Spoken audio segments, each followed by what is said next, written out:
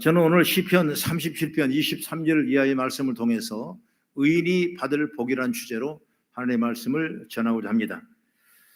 덴마크라는 나라는 선진국이면서 낙농국가로 유명한 나라고 최고의 세계 복지국가의 한 국가가 바로 덴마크라는 나라입니다. 세계에서 가장 뛰어난 의료보험제도를 갖추어서 누구든지 병이 나면 전혀 돈을 내지 않고 입원해서 치료받고 약을 받을 수가 있고, 모든 국민이 만 65세가 지나면 연금을 받게 되고, 유치원부터 대학원까지 모든 학교 등록금이 수업료가 무료가 되고, 그리고 혹이나 외국에서 오는 유학생들도 다 무료가 되고, 대학교부터 한 달에 $300씩 용돈을 주는 나라가 덴마크라는 나라입니다. 아주 대단한 복지국가죠. 덴마크는 어떤 나라냐? 여름 3개월 동안에는 해를 볼 수 있지만은 나머지 9달은 구름이 끼거나 안개가 가득 차서 해를 볼 수 없을 만큼 아주 빈약한 나라가 바로 덴마크라는 나라인 것입니다. 지하 자원도 없고 땅도 황무지에 가깝습니다. 그런 나라가 어떻게 그렇게 잘 사는 낙국가 돼서 부자가 되고 최고의 복지국가가 됐는가? 이걸 한번 생각해 보면, 덴마크는 1864년에 지금 독일의 일부죠. 그들의 전역을 했는데 전쟁에 패했습니다. 그나마 좋은 땅은 다 잃어버렸어요. 조그마한 독일 밑에 그 노르웨이 쪽으로 붙어있는 그 땅이 바로 이 덴마크라는 조그마한 땅인데 이제 완전히 폐허가 됐습니다. 그렇기 때문에 경제뿐만 아니라 모든 것 줄줄이 파산이 되게 되고,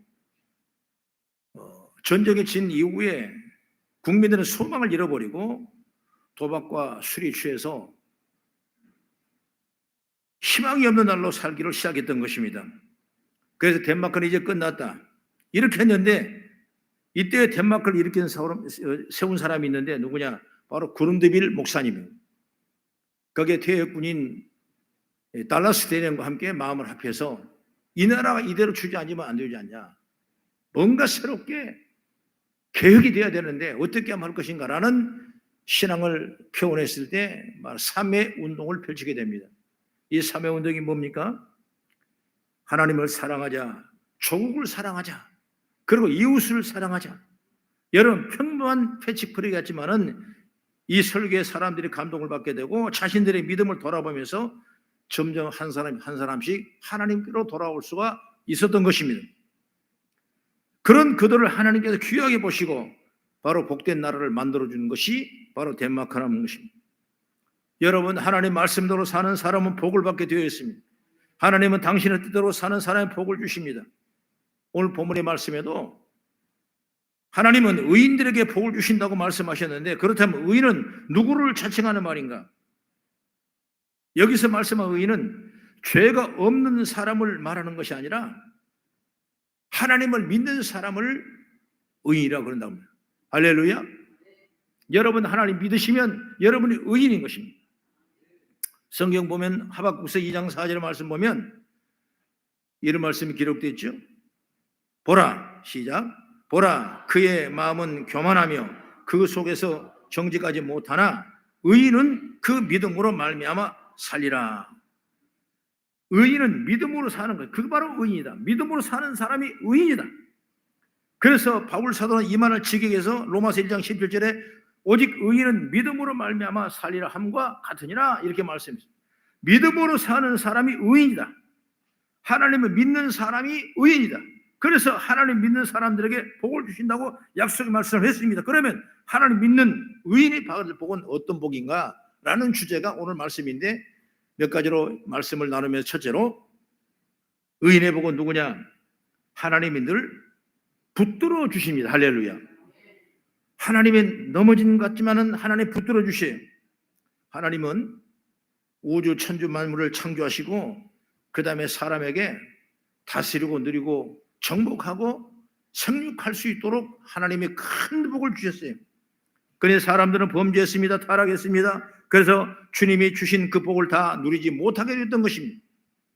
그럴 때 하나님은 예수를 믿는 사람을 죄 사해 주시고 의인이라면 칭함을 받게 하신 걸 성경을 통해서 우리가 볼 수가 있게 되는 것입니다. 왜? 하나님은 우리가 믿음으로 살고 말씀대로 사는 이들에게 복을 주시는가?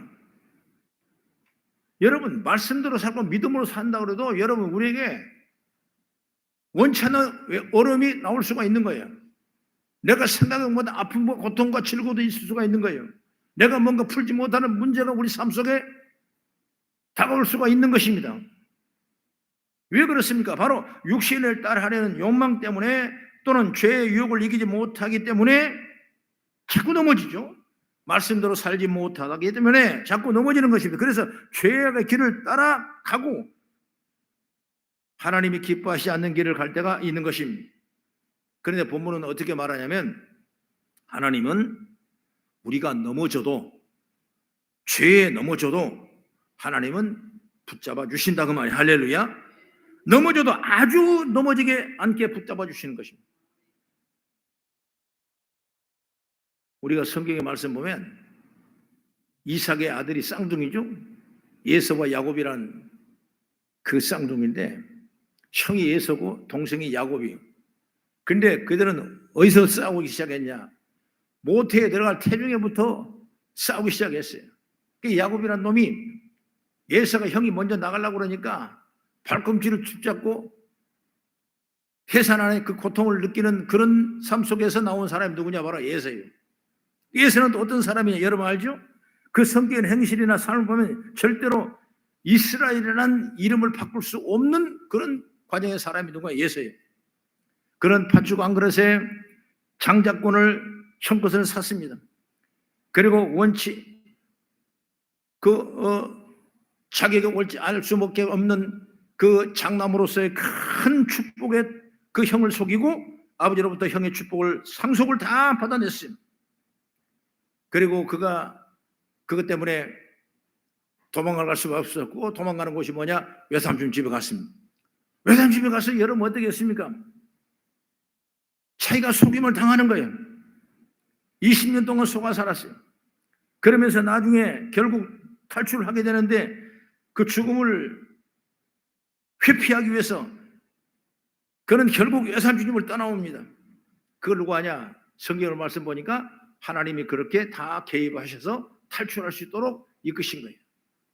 우리가 볼 때 야곱은 분명히 벌을 받아야 마땅하고 그리고 그렇게 형 것을 빼앗고 형 대신 것을 다 삼킨 데 불구하고 하나님은 그 야곱에게 지혜와 은혜를 베풀어 주셨어요. 그리고 그가 마지막 원수가 되던 형을 찾아갔을 때 무려 형 군사 400명이 이 야곱을 죽이려고 쳐들어왔습니다. 양식을 보내고 양을 보내고 그리고 어린 조카들을 다 보내서 형과 화합하기로 했지만은 화합할 수 없는 거예요. 그러나 그때 누가 개입합니까? 하나님이 개입하셔서 그 형들과의 화해를 하게 되고 하나님의 영광이 가득가득 채워지는 은총을 통해서 결국 야곱을 이름을 이스라엘라 부를 만큼 이런 놀라운 축복의 역사가 일어난 걸 보면 하나님이 우리를 넘어지게 하는 것 같지만은 아니다. 때가 되면 하나님 붙드실 은혜가 있는 거예요. 누구에게? 하나님을 믿는 그들에게 역사하는 거예요. 여러분 때로는 실족하고 때로는 교회를 그만둘 수도 있었고 때로는 넘어질 수 있었고 쉬고 있었다면 다시 한번 은혜를 입으셔서 어떤 것도 하나님이 용서하시고 어떤 것도 길을 인도하시고 어떤 환경 속에서도 우리를 이끄는 사실을 믿고 여러분이 믿음으로 살아가는 의인된 복을 받는 역사가 있기를 저는 주의 이름으로 축원합니다. 우리도 살다 보면 여러 가지 문제 때문에 우리의 믿음과 신앙이 무너지기도 합니다. 마음과 생각도 때로는 무너지기도 합니다. 실망과 절망이 가득하기도 합니다. 그러나 하나님은 넘어진 우리를 이렇게 세운 줄 믿으시기 바랍니다. 아주 넘어지지 않게 하십니다. 다시 일어나게 하십니다. 일어나서 오히려 마귀와 죄악을 이기도록 힘을 주신 줄 믿으시기 바랍니다. 여러분 시편을 한번 보시겠습니다. 94편 18절을 말씀을 같이 보면 여호와여 나의 발이 미끄러진다 말할 때에 주의 인자하심이 나를 붙드셨사오며 말하고 있어요. 여러분 우리는 연약해서 여러 가지 이유로 미끄러질 때가 있습니다. 넘어질 때가 있어요. 그런데 그럴 때 주님은 내가 넘어지지 않도록 붙잡아 주신다 그 말씀이에요. 여러분 이스라엘이 어렵고 힘들 때 얼마나 고통스럽습니까? 그때 하나님 이사야 선지자에게 드리는 예언의 말씀이 있습니다. 이사야 60장 1절부터 2절까지를 같이 한번 보겠습니다. 시작. 일어나라 빛을 발하라 이는 내 빛이 이르렀고 여호와의 영광이 내 위에 임하였음이니라. 보라 어둠이 땅을 덮은 것이며 캄캄함이 만민을 가리려니와 오직 여호와께서 내 위에 임하실 것이며 그의 영광이 내 위에 나타내리로다. 할렐루야. 그러니 우리는 절대로 망하지 않습니다. 하나님은 끝까지 의인의 복을 주시기 위해서 이스라엘을 붙잡아서 영광을 돌리는 것처럼 우리는 어려움도 있고 고난이 있고 문제가 있어도 절대 망가지지 않는다는 사실을 믿으시고 지혜를 받는 아름다운 축복의 통로가 여기를 주의 이름으로 부탁을 드리겠습니다. 그 다음에 둘째로 뭐냐? 늘 은혜를 베푸고 구워주는 복이 있다. 남에게 은혜를 베풀고 구워주려면 두 가지 조건이 갖추어야 됩니다. 하나는 뭐냐? 내가 뭐가 좀 있어야 돼요. 없는데 여러분 어떻게 누구를 구워주고 베풀어 주겠습니까? 아무것도 없으면 뭔가를 주고 싶어도 줄 수가 없습니다. 아무것도 없으면 무엇을 구워주고 싶어도 여러분 구워줄 수도 없는 거예요.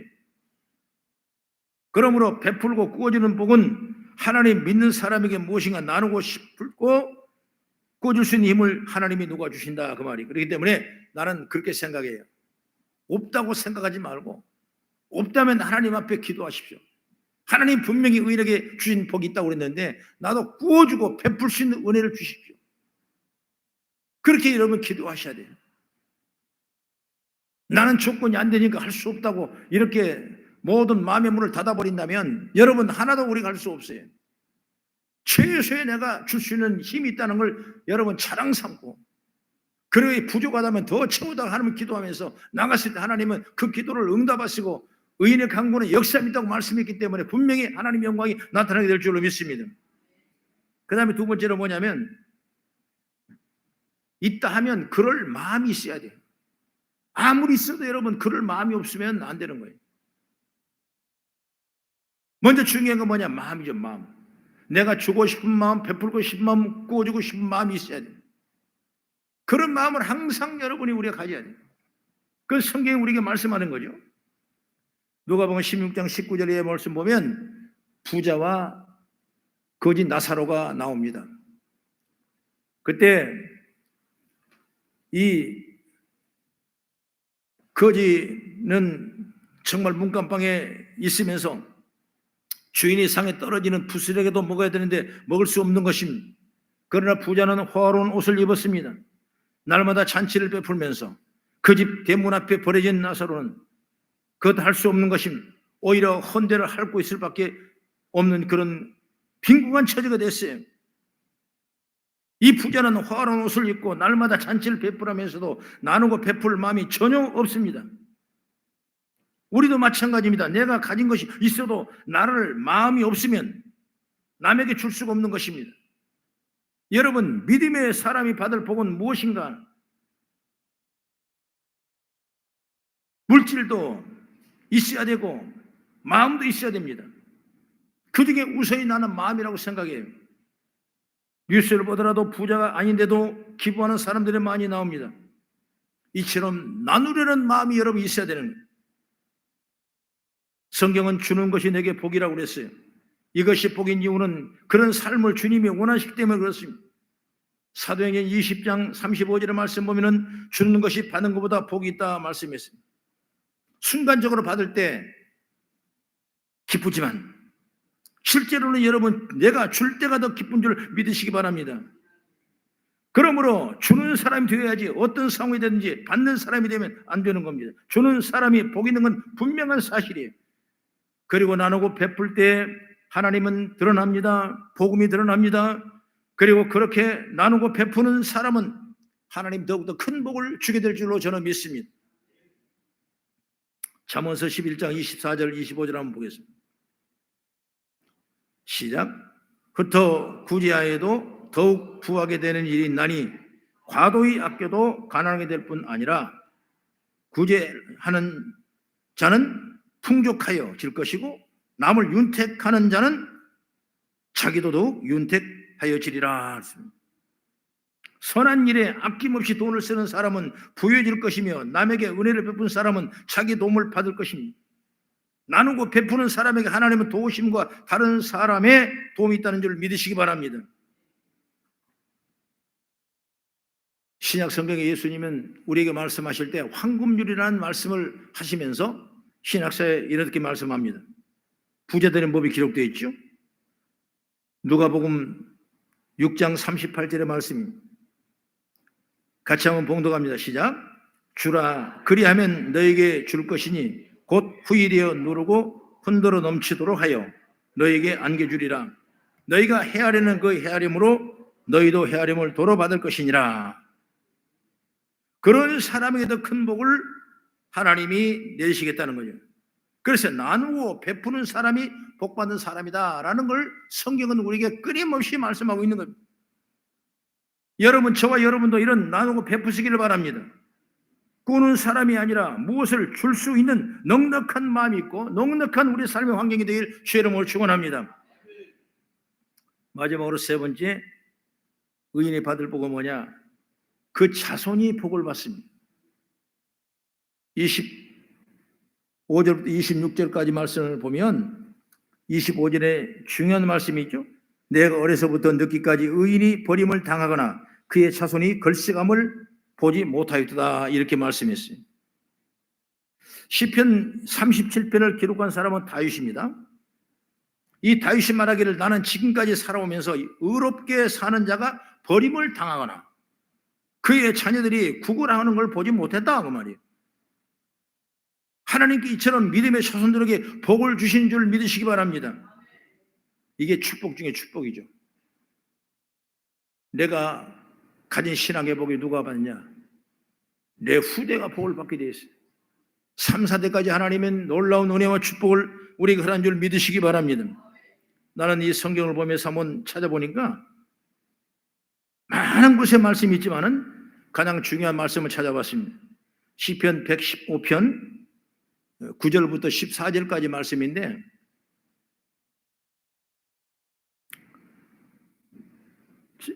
구절 같이 14절 읽게 시작. 이스라엘아 여호와를 의지하라. 그는 너희의 도움이시요 너희의 방패시로다. 아론의 집이여 여호와를 의지하라. 그는 너희의 도움이시요 너희의 방패시로다. 여호와를 경외하는 자들아 너희는 여호와를 의지하라. 그는 너희의 도우심이라. 너희 방패시로다. 여호와께서 우리를 생각하사 복을 주시되 이스라엘 집에서도 복을 주시고 아론의 집에도 복을 주시며 높은 사람이나 낮은 사람을 막론하고 여호와를 경외하는 자들에게 복을 주시리로다. 여호와께서 너희를 곧 하나님이 너희와 너희 자손을 더욱 번창하게 하시기를 원하노라. 할렐루야. 이 말은 뭐냐면 하나님을 경외하는 사람에 복을 주시고 그 자손에게도 복을 주시겠다고 말씀하고 있는 것입니다. 그러므로 다윗이 어려서부터 늙기까지 의인의 버림을 당하거나 그의 자손이 걸치감을 보지 못하였다라는 말씀하는데, 여러분 우리가 상식적으로 봐도 그런 일이 얼마나 많습니다. 성경의 말씀 보면 나를 사랑하고 내 계명을 지키는 자에게 천대까지 은혜를 베푸니라 말씀했습니다. 천대까지 은혜가 있다고 말씀하고, 하나님은 3대 4대 계속 믿는 가정을 보면 어려움이 없는 것이 아닌 것입니다. 여러분 어려움이 있습니다. 그런데 어려움을 이겨냅니다. 그 가정을 보면 돕는 손길이 있습니다. 뭔가 하나님께서 도와주시는 거예요. 어려움을 이겨낼 수 있는 용기와 힘을 주시는 거예요. 그러므로 믿음에 사는 가정을 하나님께 복을 주셔서 이겨나게 하신 줄로 믿습니다. 여러분 내가 신앙생활을 잘해야 우리 후손에게 복이 임하는 것입니다. 내가 신앙생활을 잘해야 우리 후손이 어려움을 당할 때 하나님께 돕는 손길을 붙들어 주길 믿으시기 바랍니다. 물론 자식이 잘 되면 하나님이 잘 운행하셔서 잘 된다고 생각합니다. 그러나 여러분 자식이 잘못되고 힘들으면 어떻게 생각합니까? 그래 이것이 바로 뇌죄예요. 내가 신앙생활 잘못해서 이럴 수가 있겠지 라는 생각을 여러분 할 때가 제일 있는 것입니다. 그러므로 우리가 이런 생각을 볼 때 내가 열심히 신앙생활하고 열심히 십자가에 가까이 붙잡고 열심히 기도하고 열심히 예수님 생각하고 열심히 믿음으로 살다 보면 하나님의 축복은 자동으로 여러분 자녀 손들에게 은혜가 역사가 임할 줄로 저는 믿습니다. 하나님은 여러분 살아계시죠? 할렐루야. 신앙생활 잘해야 우리 후손이 복을 받는 것입니다. 내가 신앙생활 잘해야 우리 후손이 어려움을 당할 때 하나님께 돕는 역사가 임할 줄 믿습니다. 하나님은 믿음으로 어렵게 사는 자에게 복과 은혜를 주실 줄로 믿습니다. 그런데 안타깝게도 그런 일을 나에게 일어나지 않을 것이라 생각하는 사람들이 있어요. 왜 그럴까요? 믿음이 없기 때문에 그러는 거예요. 여러분 믿음을 가지십시오. 그래서 의인 되십시오. 그러면 우리 후손이 큰 복을 받는 역사가 임하게 될 줄로 믿습니다. 국민일보 창간 기념월에서 10명의 선교사를 뽑았는데 세계 나가 있는 선교사 중에서 그 한 분인데 이용학 선교사님이라는 분인데 이분은 74 엑스폴로 선교에서 사명을 받고 29살에 서울에 있는 강남 중앙침례교회 김충기 목사님 계실 때 파송을 받아서 가나에 20년 동안 선교 사역을 하면서 그 아프리카의 엄청난 선교일을 감당한 분이 바로 이 용학 선교사님입니다. 그런데 어느 날 갑자기 아프리카 한 부족인데 부르키나 파소라는 곳에 자꾸 이 마음이 자기 마음이 땡기더라는 거예요. 뭔가 마음이 부담 가고 뭔가 그 자꾸 마음이 부담이 생겨서 가야 되겠는데 자기가 있는 곳은 가나는 영어권이기 때문에 영어가 완전했는데 이 부르키나파소는 바로 불어권이기 때문에 지금 가봐야 내가 이 나이에 이제 60이 넘었는데 어떻게 내가 갈 수 있는가라는 생각을 해봤을 때 그는 참 어려움을 당했다고요. 그런데 한편의 마음은 이 부르키나파소에 대한 마음이 사라지지 않았습니다. 그런데 그날 밤 말라리아에 걸려서 온몸에 마비가 되고 점점 굳어졌습니다. 아, 이제 내가 이렇게 죽는구나. 이런 생각이 들 때 하나님의 음성이 떠오르더라고요. 음성이 뭐라고 합니까? 너 나를 위해 죽을 수 있냐? 이런 마음이 오는 거예요. 그 말을 들었을 때 그는 깜짝 놀랐습니다. 내가 부르키나파소에 갔다겠다는 생각으로 이제 죽겠다는 마음을 바꾸게 되는 것입니다. 그렇게 해서 그곳에 가서 많은 곳에 선교를 하고 전도를 하게 되고 우리나라 아프리카 선교에 진일보로 감당하는 귀한 선교사로 사용하는 은혜의 은총을 입은 줄 믿으시기 바랍니다. 그럼 우리 선교사를 위해서 기도를 많이 해주셔야 돼요. 여러분 선교는 내가 직접 가서 선교하는 것도 있지만은 내가 물질로 돕는 그런 선교도 있는 것입니다. 여러분 이것이 우리에게 축복인 축복이죠. 그러므로 이용 선교사뿐만 아니라 누구에게도 여러분 과연 내가 그거 할 수 있을까? 내가 정말로 어려운데 거기까지 또 가야 된단 말이니까 이렇게 마음이 부담을 가고 불신앙의 마음이 있을 수 있는 것입니다. 내 생각대로 육신의 편한 대로 하려는 마음이 있는 것입니다. 여러분 우리가 그래서는 안 돼요. 물론 아브람도 또 다윗에게도 바울에게도 베드로에게도 이런 불신앙의 마음이 존재했습니다. 그런데 그분들과 우리가 다른 점이 무엇일까요? 그분들은 이런 불신앙의 마음을 이겨내고 여러분 순종인 줄 믿으시기 바랍니다. 이게 중요한 거죠. 여러분 때로는 교회 생활 내 하고 싶은 대로 내 생각대로 한 그런 분들이 있어요. 그게 쉽게 말하면 불신앙이에요. 이걸 이겨내야 돼요. 순종적인 신앙으로 이겨내야 돼요. 예배를 귀하게 생각하고 거룩한 주의를 귀하게 생각하고 최고의 우선주의를 생각하면서 하나님을 먼저 첫째로 모셔야 되는 그런 은혜를 여러분 소망하기를 바랍니다. 사람이 살다 보면 여러분 그렇지 못한 마음의 불신앙이 올 때가 있어요. 그러나 여러분 그걸 이겨내셔야 돼요. 할렐루야. 그러면 하나님 그 다음부터 일을 누가 하시냐? 하나님이 하시는 거예요. 하나님. 여러분 천년만년 천번만번을 여러분 내가 한들 무슨 의미가 있겠습니까? 하나님이 우리의 삶을 함께 주장하시고 이끌면 못할 일이 없는 것입니다. 나는 그렇게 생각해요. 우리가 땅을 팔 때 그저 취해줘요. 그리고 한 삽도 빼놓고 한 삽 빼놓고 한 삽 빼놓고 그래 조그마한 구덩이를 하나 만들어놔요. 그러면서 아이고 내가 이렇게 고생했네, 아이고 내가 또 언제 할까, 이런 생각을 할 때가 있을 거 아니겠습니까? 근데 만약 하나다면 하나님의 손이 포크레인을 왔다면 여러분 한 번에 팍 찍어서 빵 내려오면 여러분 끝나는 거예요.